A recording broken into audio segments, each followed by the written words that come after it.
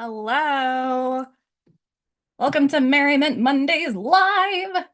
Hello, my friends, my merriment makers. Welcome back to another episode. We're talking about toxic positivity today. How's everybody doing? How's everybody doing? Welcome in, welcome in, welcome in. Hello, hello, hello. We're live on YouTube. We're live on Facebook. We are live on Instagram. Go ahead and tell me where you're tuning in from, both on social media and on the world. Where are you at in the world? All right, we're going to get started. This is the Merriment Mondays Live. We tune in on Mondays to talk about joy, self-love, and have real conversations about what it means to be human. And today's episode, we're going to talk about that thing that we've heard before, just think positive. So you probably heard somebody say it to you, maybe a friend, a family member, even just a well-meaning stranger. And maybe you've said it before. I think we've all said it in some capacity before, like, well, you know what? At least you've got this, right? Everything happens for a reason. You've got to focus on the good. And sometimes that kind of advice doesn't help us. Sometimes it actually can make things worse. And the reason for that is when you're struggling, right? When you're in it doesn't really help to only be hopeful, right?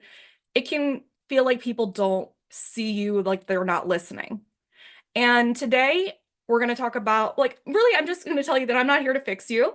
And I'm not here to push you towards a sparkly lining. Although I gotta say that at the end of the day, I am definitely the devil's advocate queen. I really do. I gotta disclaim this that when push comes to shove, I definitely believe in perspective. Absolutely. I believe in turning over the next rock. I believe in looking at the next thing, and I believe in finding perspective. I believe that when we look at something long enough and when we wait with time, that we will find perspective. And sometimes as a coach, we kind of want to do that faster. You know, we can get to that place faster. And I think as myself, as a merriment maker, I've realized that if we do that quickly, I think like it's when we're able to do that quickly, we can kind of find it funny in the moment, right? Like I had someone steal my wallet uh really recently, and I was by the end of the night I was already saying that this is going to be a very funny story. But in the very middle of it, in the moment just a couple hours earlier, I didn't want to talk about the funny story. I wanted to just like cry it for a second, you know? So we don't always have to look at the sparkly lining. We don't have to look for it immediately. And sometimes that section of time is years. You know what I mean? Sometimes that grief, that feeling, that lowered state, that sadness, that fear is just something that needs to be, you know? So let's hear from you. Like, what's something that makes you feel seen when you are sad, when you're not feeling positive, when you're going through it? Not something that makes you feel better or makes you feel grateful or inspired even, but something that makes you feel like somebody just gets it, you know? And I think maybe this is someone just kind of looking at you, someone listening, someone nodding, someone touching your hand, someone saying, I get it. You know, something like that, I think, can be really helpful. I mentioned that earlier this week, someone stole my wallet, and it was in the middle of an event that I was hosting. And the people that were at my event were so wonderful. And they came out and they were just kind of, I had to go on the phone and, you know, cancel my cards and things like that. And the people were kind of telling me, you know, it's okay. Don't worry about us. We've got you and we're just here for you. And I think that just the understanding of humanity, I think, is one of those things of feeling seen. Just that recognition of another person is something that can really make us feel seen. And, we have to acknowledge that most of the time when people are saying just think positive, it is coming from a good place. I think most of the time, I don't think anyone is really trying to be a bad person or malicious when they're saying that, right? I think that I don't think they're trying to hurt us. I don't think they're attempting to make us feel unseen. I just think they probably don't know what else to say, you know? So why is this happening so often? Why is this a phrase that we've heard so often? I think it's a conditioned response. I think we've been socially trained to avoid discomfort at so many costs, right? Um, Both our own discomfort and other people's discomfort. So I think we've also really been trained to pick avoidance over acceptance, right? So it feels easier to kind of skip the feelings of it, skip the hard stuff, and go right to the solution, you know, instead of sit here in the emotions. The If we want to think about the energies of masculinity and femininity, masculinity would be solution oriented and femininity would kind of be sitting here in the feelings. And that's a little more difficult, maybe, for us, only because we lack practice with it. And solution-oriented thinking, some people genuinely find comfort in problem solving and perspective shifting. I am definitely one of those people. And it is a valid approach. It really is, but it's not always what is needed in the moment.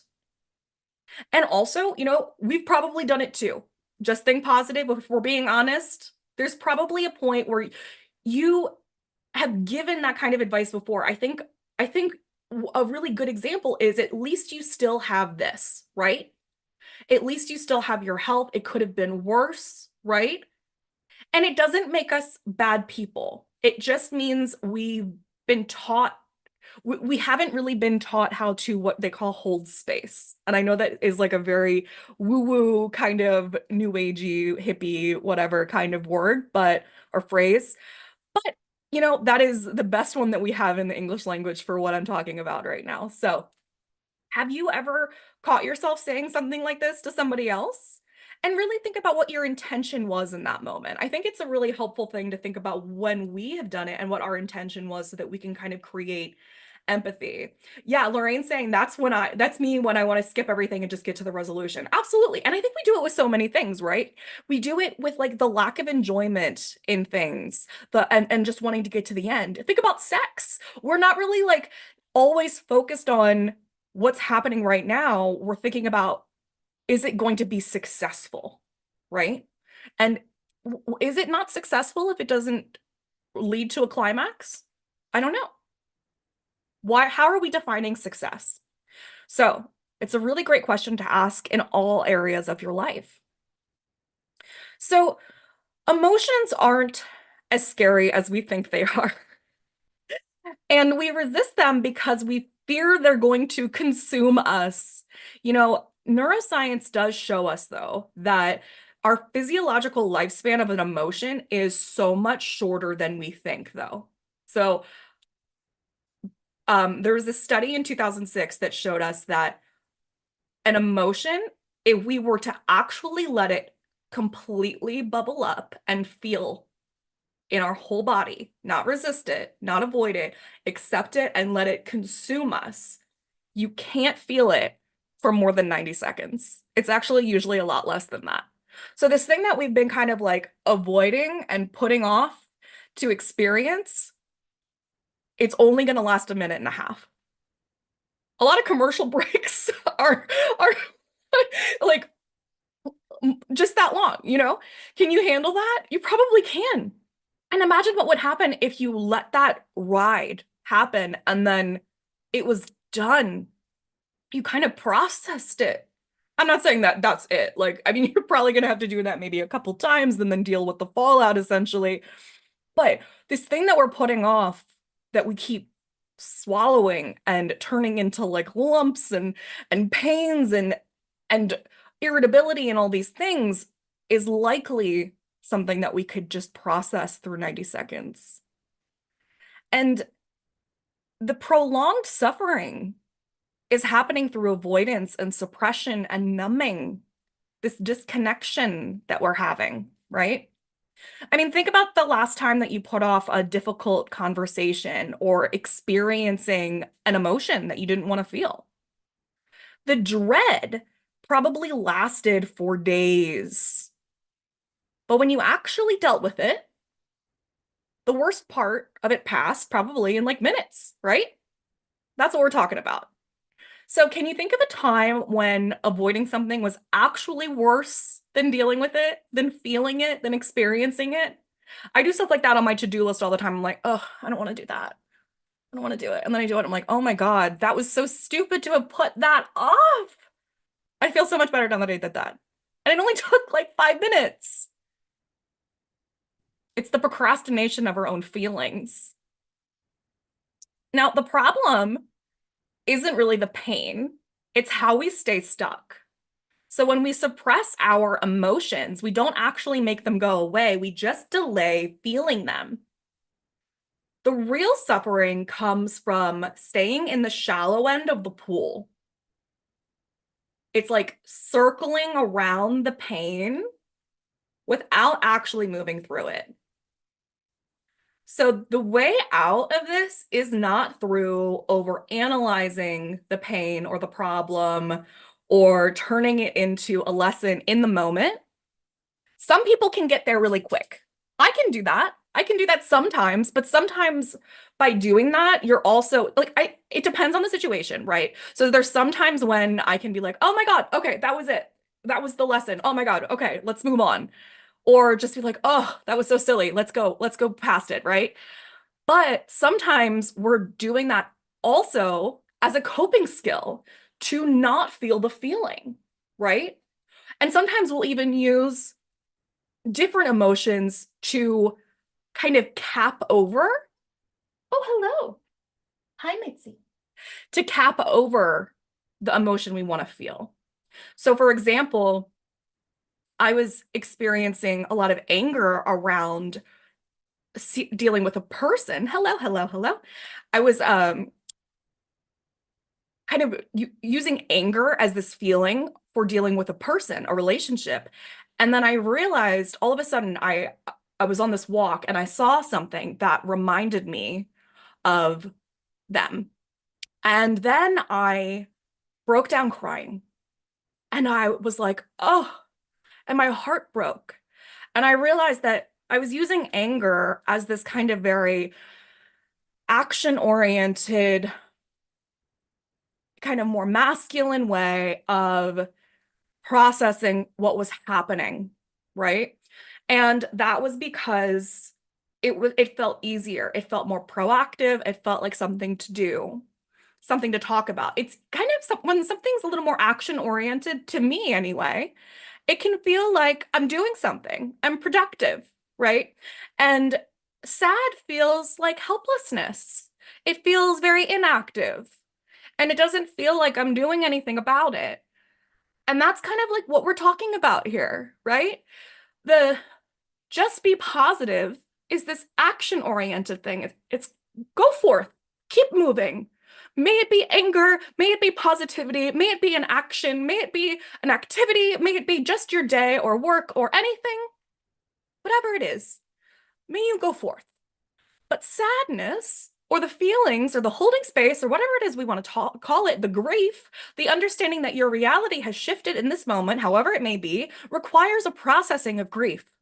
And if you acknowledge that, you're going to cry a little bit. You're going to be sad and you're going to not really be able to do anything for a moment at the very least. And then you realize, oh, I'm not necessarily as angry. Maybe I am also, but I'm actually just really sad about it. I miss this. I don't like it. I'm upset. I'm scared. I feel small. I feel little. I feel young. I feel helpless. And I don't like that. And it's very difficult to admit that. And that part is hard.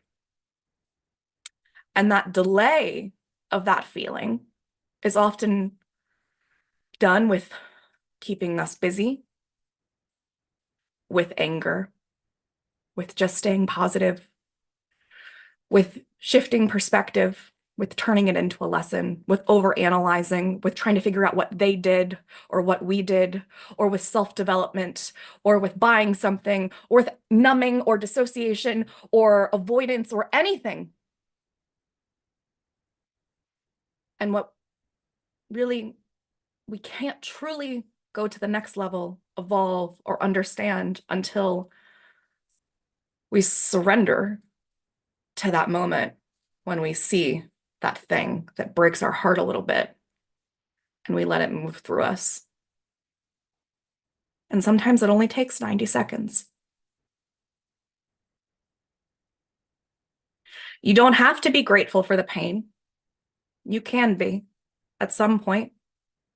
You don't have to turn it into a lesson, at least not today.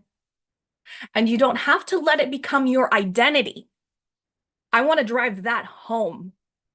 Just because something happened, just because a new thing has shifted, just because you got a diagnosis, just because you have a new pain in your body or in your life, just because your reality has changed does not mean that you need to add a new thing to your Instagram bio or to the introduction that you make when you meet someone or to your own brain. Your reality shifting does not mean that your identity needs to shift. Who you tell yourself that you are matters. Your identity does not need to change just because something happens. It's okay. So, a way to practice seeing yourself is to, I'm going to keep using the word hold space because I don't have another one, to be there for other people the way that you, what did we say before? The way that you wish somebody else would do it for you. Literally just to practice it for other people. So if we say to other people, I see you, I hear you, and you don't have to be anywhere but here.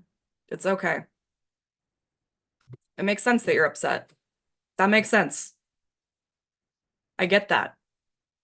Don't worry. Cry it out. Be upset. What do you want to do right now? Nothing? You want to be angry? You want to go hit something? You want a shot of tequila? I don't know. What is it that you want? Practice asking to other people, like what you would want. And then try doing it for yourself. So when you get into that space, when you get in that moment where that thing breaks your heart, you don't need anyone else around. It would be fantastic if they were there and you can reach out to other people and say, hey, my heart is breaking. I'm grieving. I need someone, or can you be there? But sometimes they can't be. That's life.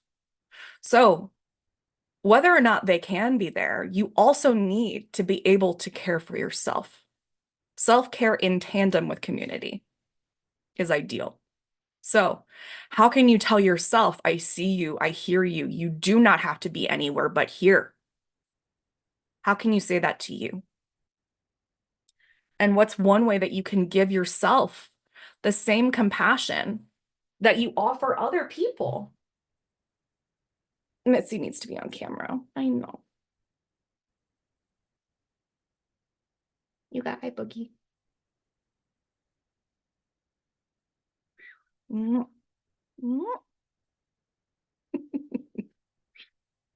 It's a Mitzi break. It's a Mitzi break. Hi. You want to say hi? Are you saying hi? Say hi to everybody. Oh, I know. I gotta go back, okay? You want to go on a table?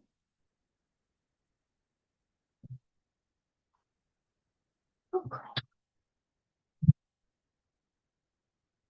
So here are some more tangible practices for you to do this for yourself.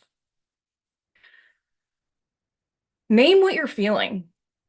So in the Merriment Makers, I talk about in the first module of embodiment, somatic awareness. I walk you through how to do this. Being able to figure out your feelings and your sensations, your emotions and your sensations, I should say, are very important. A lot of us are disconnected and disassociated in different ways, and specifically from our bodies. One of my things that I do every week is I write up this like little currently list and I post it online. And one of the things is it's just how am I feeling? And every week I look at this long list of emotions and I try to the most accurately identify how am I feeling right now? And it's a really good practice to do. What is it that you're feeling? Sensations and emotions. Because first of all, it's good for your vocabulary, but it's also really important for you to be able to be like more than just sad or fear, right? Like what's bigger than that? What is more nuanced than that? Are you feeling what and where in your body and why and how and looking for patterns and things and also naming your emotions, identifying them can actually reduce their intensity based on a study in 2007. I find that true with a lot of things verbally. I remember this one time I was so overwhelmed with needing to clean this space. And just in general, my to-do list was crazy. And I felt like I had to take the whole thing on myself. And I just started crying and I went upstairs and I looked at Matt and I said, I can't, I need help. I really knew I need help. Please, please help me. I just can't. I started crying. And I looked at him and he said, okay, what do you need? And I knew that like there was a lot of stuff he wasn't going to be able to help me with because I really did need to do so much of it myself. There was so much that it had to be me, right? But just by asking for help, I felt this big in my body. And I think it's similar with naming emotions, that maybe the psychology behind it, why it's happening physiologically in us when we say what we're feeling and identify it. It's this lack of avoidance. There's so much that we do where we're living from the neck up. We think that we're just here. It's like our consciousness, and then the rest of us is just like something that we're walking around. But we are deeply connected, and we have to stop dissociating who we are and what we think we are from this. And then to give your emotions an outlet, you know, how can you, once you've connected it, how can you move it down into here? So if you say that you're feeling, whew, you say that you're feeling, I don't know, somebody give me an emotion. Somebody tell me what you're feeling now. Let's look up a list of emotions. List of emotions. I'm trying to find an interesting one. Hmm. Disappointed. You say you're feeling disappointed. Then tell me, like, how can we move that down into your body? Identify maybe where it is when you say disappointment, what's kind of like lighting up for you? If you were an action figure or something, where would it like boop, boop, boop, beep or something or light up on you? Where do you feel it energetically? And then maybe try to do some sort of movement there. So, like if it's your chest, maybe put your hand there and try to wiggle it out, or do some sort of like, I don't know, just do something intuitively. Or I mean, if you need something guided, go on YouTube and type in that area plus movement, that area plus yoga, that area plus flexibility or stretches. You know what I mean? And then you could do that emotion with creativity or art, right? So disappointment channeled as expression. So what does disappointment look like on paper? What does it look like as street art? What does it look like as dance? What does it look like as an outfit? What does it look like? I don't know. What does it look like in your journal as writing, as a poem? And that's another way to channel it through your body. And then the last thing I would say is a tangible way to practice this like holding space would be to practice sitting with discomfort. So when you notice that that heartbreak kind of is setting in, you know, and or something is rising up and you're like, oh, nope, I want to eat instead. I want to shop instead. I want to smoke instead. Whatever your thing is that you want to do to numb out, to dissociate, or you want to solve it, right? Oh, it would be a lot easier to solve it. It would be a lot easier to be angry about it, da da da da da. Then your challenge is to set a 2-minute timer or 90 seconds. You can do 90 seconds, but maybe 2 minutes because it might take you 30 seconds to like set in. And focus on that feeling. Maybe it's disappointment. Let's roll with that one. And you're going to focus on that feeling, that discomfort of the disappointment for 2 minutes. And if you cry, you cry. If you rage, you rage. Whatever happens, happens. And if you're worried that you're gonna, have a panic attack or a flashback, then I would say maybe only do that with a therapist present or, some sort of professional. But if you're just mostly avoiding feelings, then I think that's a good exercise. But mostly, you know what? You're not stuck. A lot of us say that we're stuck and we have options. We always do. You might not always like them. They might be uncomfortable, but you're not stuck. If you've been carrying something for a long time, you might be wondering if you could ever feel like yourself again. Yesterday, I was doing a coaching call and we were talking about being stuck, right? And all of these things that can happen, that can make us feel this grief, right? This understanding of our reality shifting, this grief that we're carrying. And I came up with this imagery of how when something happens and there's a grief, a death, really, that doesn't have to be a physical, person dying, we kind of get those ashes. And it's like we're carrying around, we get the ashes back. It's like we're carrying around an urn. But when we get ashes, when someone does die, we usually have a ceremony. We do something. We have a ceremony, we have a funeral. We'll put the urn up. We'll take some of the ashes and we'll turn them into a necklace. We'll have a specific processing-based ceremony for this death. But sometimes when there is a situation where there is no normalization for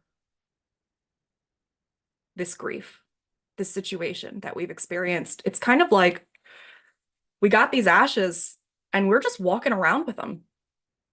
And everywhere we go to school, we plop them down on the desk. We go to a job interview, we plop them down on the desk. We come to work, we plop them down on the desk. And we've just got this like urn of ashes with us of this thing that happened. And we're carrying around this urn and no one can see it, but we see it.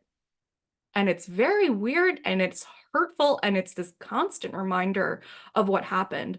And it's very difficult to get unstuck if we can't get rid of this urn. But it's our job to have a ceremony, to sit with this feeling, to put the urn up on the mantle, to bury the ashes, to turn the ashes into a necklace, to do something with the urn, with the ashes. We don't need to carry it around with us everywhere. We can't do anything about the fact that the ashes exist. The death occurred. The ashes are real. That did happen. But we don't need to carry them with us. In fact, it's cumbersome. There's no room on the desk for this. We have to do something. And I think that is what it's like to move through feelings. How can you plan a ceremony for your grief? Your brain is always changing. Your emotions are like a wave.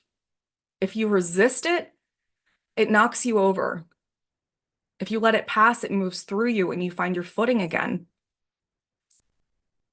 But when we talk about like things turning into abscesses and lumps and bumps and pain, that's what it feels like. It's just like to carry around an urn. Maureen says, I'm feeling hurt, mad, very emotional, depressed, invisible, so many more feelings. Can you help me figure out, after writing emotions down, what my next step is? So those are a lot of different ones.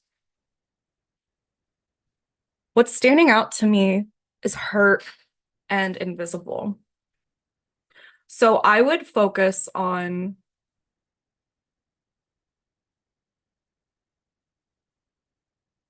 one, why? Where is that coming from? Where is the origin of invisible coming from? What made you feel invisible in the first place? Who made you feel like that? Can you remember the very first time? And what is the essentially like we'll call it a story, but like, so for example, when a lot of people will say things like, there's, okay, let me try to give you an example. So I wear really colorful clothes, right? And I'm drinking out of the urn now. Um, I wear really colorful clothes and I do really weird street art and stuff. And people will ask me things like, or they'll say things to me rather, like, I could never do that in my town. People would judge me. And I mean, it's not that I'm not getting judged here, by the way. People will say things to me sometimes, but most of the time the positive outweighs the negative. And if I were to look at their town, it's not like they're living in some place where human psychology is uniquely different. They're not. Most of the time, what is happening is that that person has had an experience with a parent or a bully or a coworker who has been very mean and judgmental about them and the things that they wanted to do, whether it was wanting to be a singer or dye their hair purple or do a performance or whatever it was, right? And because of that, they kind of generalized that people in general, let alone their town, or I guess I should say that backwards, are judgmental and they could never do what I do where they are. And that human psychology must be different where I am because that could just never happen where they are, right? So this happens a lot with everything. When we are feeling a way, it's usually because something happened with someone. There was a specific interaction, and maybe it was reinforced multiple times in another way, right? I mean, as a personal example, I my there were many times in my childhood and adolescence and 20s where I was very we'll say misunderstood. I tried to communicate something and I was not listened to. And that could be or I was weird, right? I was very weird. I was out of place very often.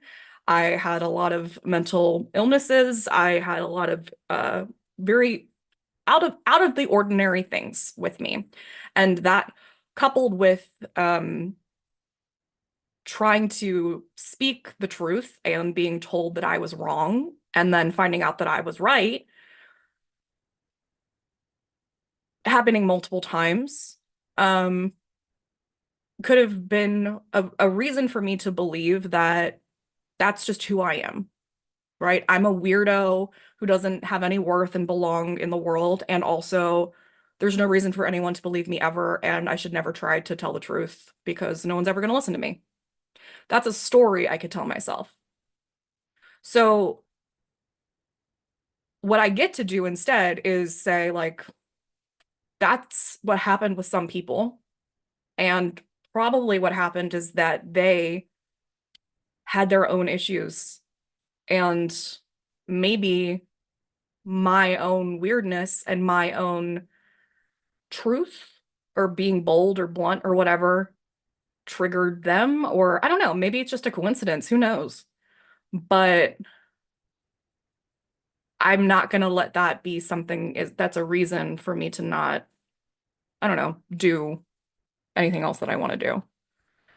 So, in terms of feeling invisible, I would ask, where did that come from? How did that originate? Was that from a specific person? And have we kind of generalized that to other people? And what is continuing to make you feel invisible? And where are all these other feelings coming from that are coupled with it? Like, why is it that you're feeling hurt, mad, depressed, and invisible all at the same time? Are we attributing this to something external? So then kind of like looking at the origin and then writing all that down. Yeah, that's good. And then we talked about having like the tangible practices, right? So you named what you felt and then giving your emotions a physical outlet. So we talked about moving it through the body, right? So looking up those, like figuring out which one is probably the most like if you had to pick one, which one feels the most icky or thick, or if you could fairy godmother wand one away by tomorrow, which one would you get rid of? And then look up that one as an emotional, or sorry, as a physical outlet. Like figure out how that can be demonstrated through art, right? So if it is rolling with invisible, if how can you draw invisible? What does invisible look like to you? What does invisible look like as an outlet or as a an outfit? What does invisible dance like? What is invisible as a poem? What is how does it feel to be invisible through movement? And then I would set a timer for the 2 minutes and think about invisible and just on purpose uncomfortable rather, with the feeling of invisibility and why it's there. Try to connect it with what's happening, why it originated. And then I would, moving forward, if you want, like, because I mean, we're talking about holding space, right? We're talking about allowing yourself to feel these things. And if you want to, you can also look forward and think about what it would look like for you to not feel like that, right? So, what would it look like? What is it that you desire? If so, this is something that you don't want. If you don't want to feel invisible, what would be the opposite of that for you? Is the opposite of invisibility feeling accepted or having worth or being a performer, or you know what I mean? Like what is the antithesis of invisibility for you? And then maybe do some of the same work around that through emotions, through physicality, and visualization. You could imagine what it would look like for you to step into that.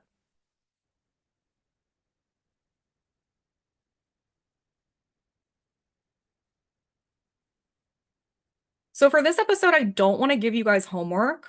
I want to give you something that meets you exactly where you are. So I made you a playlist for this episode.